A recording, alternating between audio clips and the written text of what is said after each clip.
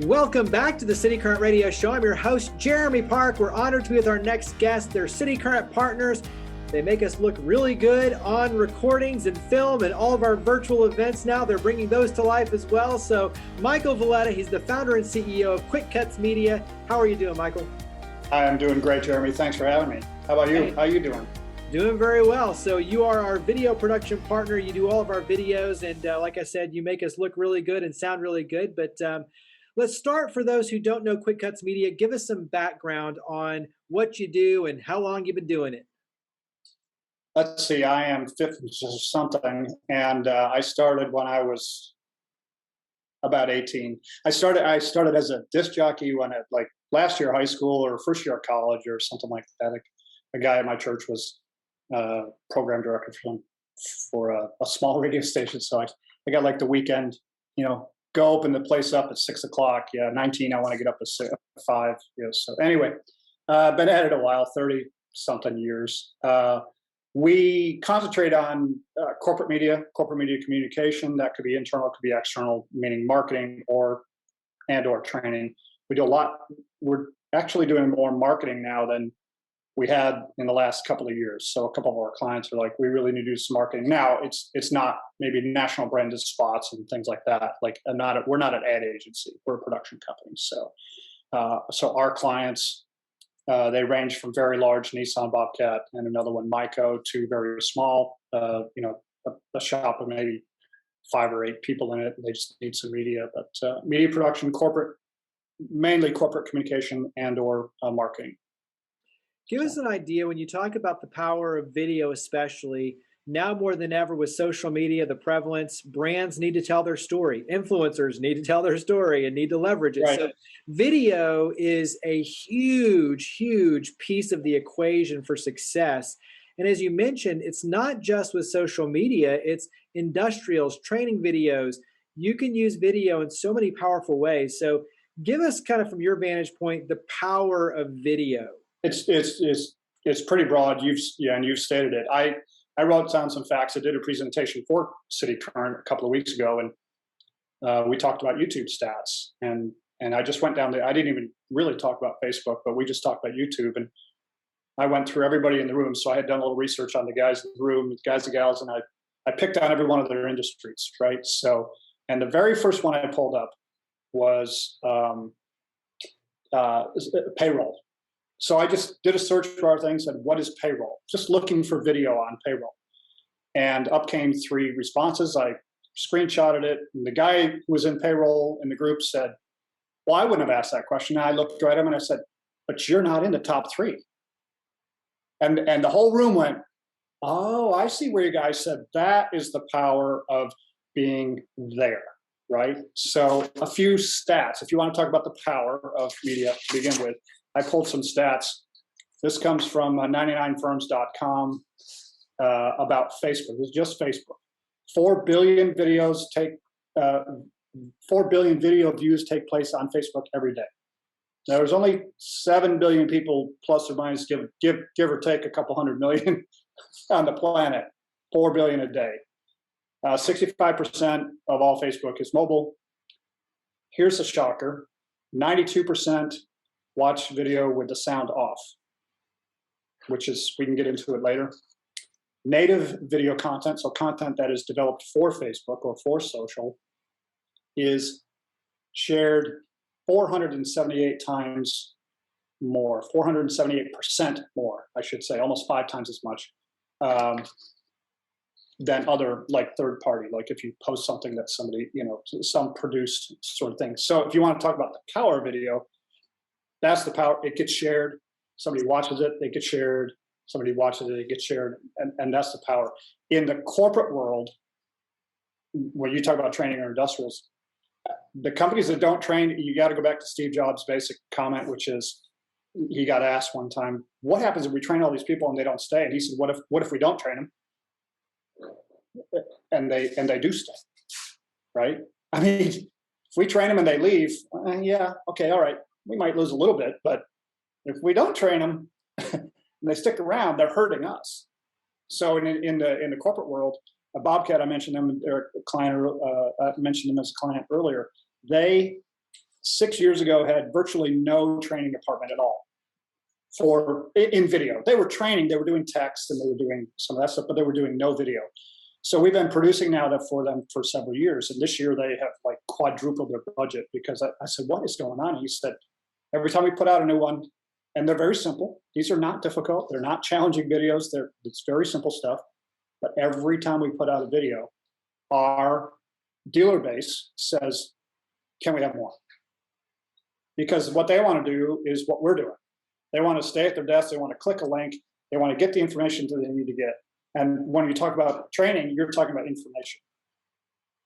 You're trying to get disseminating education information. That's what training and video is.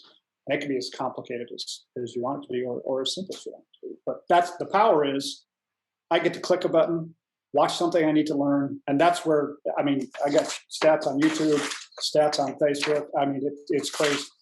So well, and they're all big stats. Yeah, and they're all big stats, and they're all continuing to grow. And so when you look at it, to your point, you need to be in video.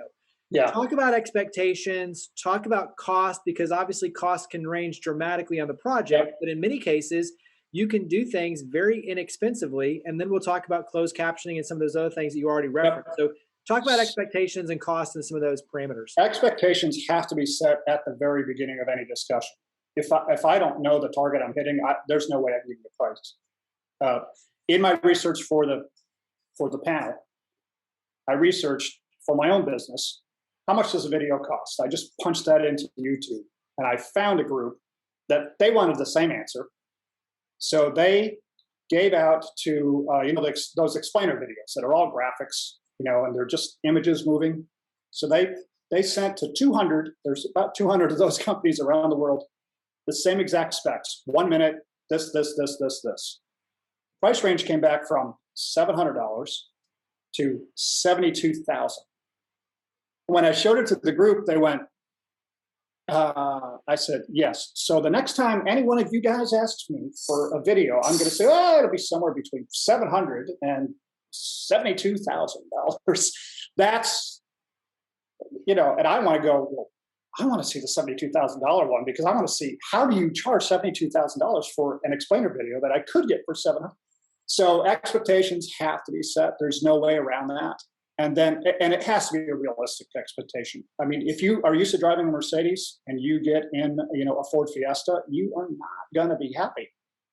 So if you're used to working with ad agencies and things like that, and then all of a sudden you're shooting on an iPhone, you're going to go, we're missing a whole lot of gear here. Where is it all? However, COVID forced companies, and one of my clients came to me and said, Michael, we can't get you in front of doctors anymore. We need to change the way we're doing this. I said, okay, well, let's do this. And I gave him an idea. And I never thought I'd find myself doing this, but they did this. iPhone with a decent microphone. I said, no windows. I gave them the rules, right? How to film it. They filmed the first one themselves, and they sent us the footage. We put it together, got it out there, and immediately, because of the way we post-produced it, and got it out there, their phone started ringing. And they have done since, I think, July of last year until we just finished, Eric, my editor, finished 4 more yesterday. I think they've done 65. Yeah, because they just, every month we're like, well, the phone's still ringing and this is new content. And as well as I know, everybody's content's king, content's king, content's king. How do we create more? And how do we create it efficiently? And so expectations, got to be real. Get a process in place. How are we going to do that? We've done that for our clients. Here's our process, and they love it. They have, yeah. Well, and having you as an expert steer them, to your point, content is king. If you don't know what good content is, if you're sitting there staring and saying, I know I need content, but what content do I need? That's where you can help guide them and say, let's go this direction with the story, and let's go this, and let's see what resonates. And so I think all of that becomes coaching, consulting, but at the end of the day, that's where the success, your expertise as a storyteller as well, really drives home the opportunity. Talk about closed captioning and some of those little things that, like you said, make a big difference because people now are watching videos with no sound. Yes. So I'm going to touch one more thing on the little short videos. Authentic, so real, short, and to the point. Those three factors help that. On the closed captioning, I was stunned 2 years ago when I started researching into Facebook and closed captioning and what the numbers were. At the time, it was about 75%, and the data is always a couple of years. We're not getting data from 2021 March. It's 2018, 2019, 2020. So the latest one I saw from Facebook was up to 92%. And when I mention this to people, I'll ask them, how many videos, what do you think the percentage is? And they'll say, oh, what do you think the percentage is of people that watch video without the sound on? And they say, I don't know, maybe 40, 30, 50. And I say, how about 85 to 92?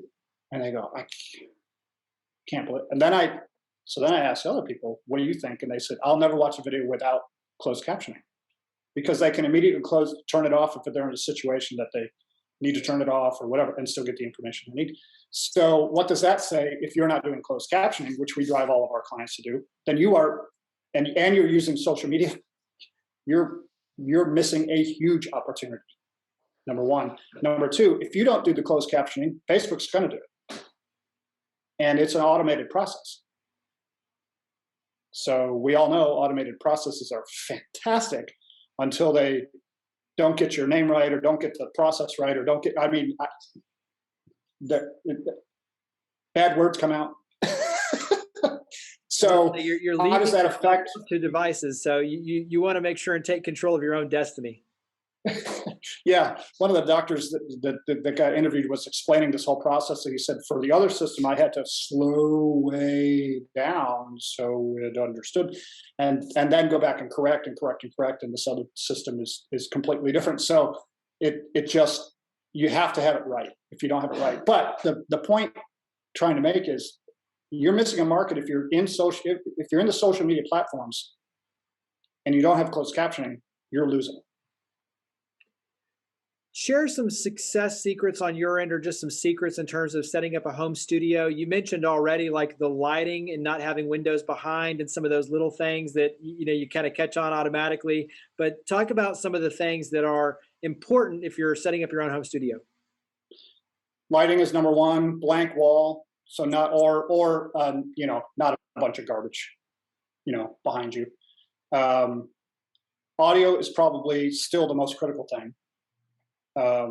First, you got to make sure you're not muted, and then proximity of the mic. Now I'm using my computer, but it's really close. It's within 18 inches of me, but you can't have it across the room and expect to get good audio. So if you're doing that, either get a wireless Bluetooth or wear the buds, that sort of thing. Circle light works. You can also buy a camera if your laptop is that old. All of those things, and a decent room that's not crazy noisy. And I always say, look professional. Look like you're going to the office, because people, they recognize it. So those 3 or 4 tips. Yeah. Lighting, clear audio is still the number one problem. You've been a huge resource for us in creating a hybrid event experience and being able to take an in-person experience and stream it online. And I think that's going to be the new norm for events, especially with nonprofits as they're hosting these big events, the fundraising events. You're going to have to provide both. And so share a little of that world on your end in terms of the specialization and what you do there. It is, it's a whole brand new world for companies that are still doing shows, and I say companies, that crosses the big nonprofits too, right? So you're used to walking into a room with 1,500 people or 2,000 people. Maybe the next time it's 500 people, when we get back to it, maybe it's 500, but there's 500 online. Or there might actually be more online than in the room. So I think that hybrid world is here for a while, if not to stay.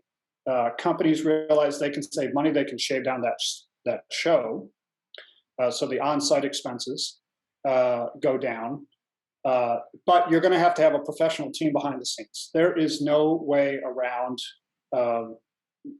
doing it. We just were dealing with they didn't become a client because they wanted the price of Zoom, and I can't beat Zoom. I'm sorry. It's it is what it is, but you have to look at all aspects. What, again, back to expectation. What's your crowd expect? If they're expecting Zoom, put a camera in the back where the green room is, where people go on stage, or one fixed camera, and you're done.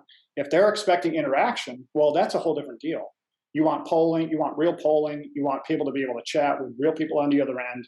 You want queries to be able to go out, that sort of thing. That's a whole different system. And I've worked with a couple of companies now, one out of Chicago, and that's what they want.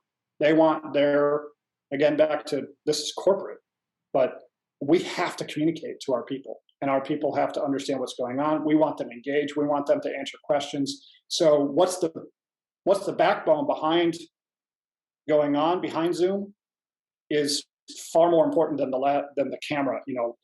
The camera's important. I'm a video guy, right? But what else is going on, and what else goes into that show? It's going to be hybrid. There's no doubt about it.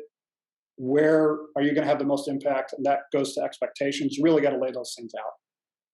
And I encourage for the organizations, the businesses that are doing the hybrid events, is on the front end, is get with you or someone like you and talk about lighting, the video, what they're going to see, because all of that becomes really important, both to be able to stage it correctly in person for the experience, but just as important, the on-screen experience.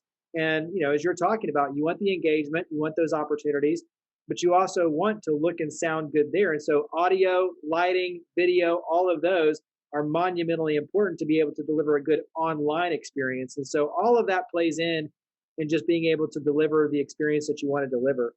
Wrap up on I'll make one comment in there.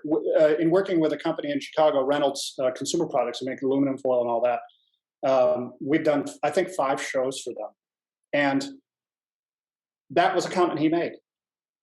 He said, when this is done right, the way we're doing it here, 3 cameras and beautiful, it looks like a studio and it feels like a studio. And those executives, they still want to be treated like we're not just Zooming, right? If that's what you want a good, solid presentation. He was getting comments back from his executives and his players in the field saying, I feel like I'm in the room with you. Now, you can't beat that comment, because if I still feel like I'm in the room with you, but this is a remote internet event, we've done something right. We've served that client's need. Now, their expectations were high. We met those expectations, right? So it goes back to, where does that all fit? They realized they were saving a lot of money by doing a really, really solid show in a studio remotely than having to wait 2 years to maybe possibly get back together for a 1,000-person event.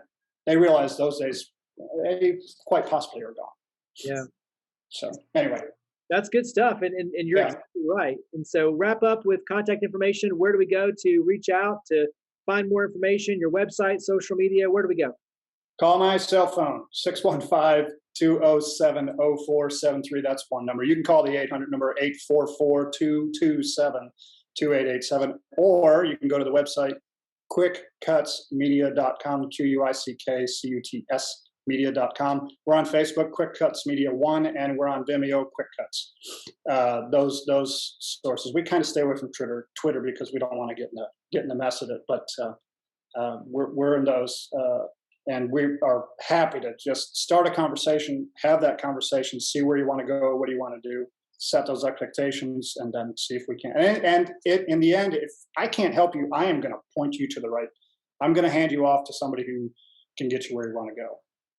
Well, Michael, we greatly appreciate you and your team. Thank you very much for not only all you do, but for being partners as well. So thank you for coming on the show. I appreciate it. I love cityCURRENT. I love what we're doing, love what we're about. And we are very happy to be part of it. Thanks for all you do, Jeremy.